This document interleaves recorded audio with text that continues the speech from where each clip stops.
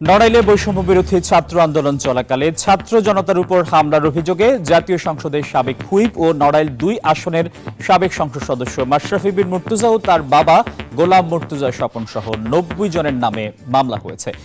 এছাড়াও অজ্ঞাত পরিচয়ে আরও ৪০০-৫০০ জনকে আসামি করা হয়েছে। নড়াইল সদর থানায় মামলাটি করেন শেখ মোস্তফা আল মুজাহিদুর রহমান পলাশ। মাশরাফির নামে নড়াইলে এটাই প্রথম মামলা। এজাহার থেকে জানা যায়, কোটা সংস্কার আন্দোলন চলাকালে ছাত্র জনতাকে রুখতে মাশরাফি ও তার বাবার নেতৃত্বে আসামিরা গত ৪ আগস্ট দেশীয় অস্ত্রের পাশাপাশি শটগান, বন্দুক, পিস্তল ও বোমা নিয়ে নড়াইল চৌরাস্তায় সমাবেশ করে। এর আগে সাকিব আল হাসানের বিরুদ্ধেও আদাবর থানায় হত্যা মামলা হয়।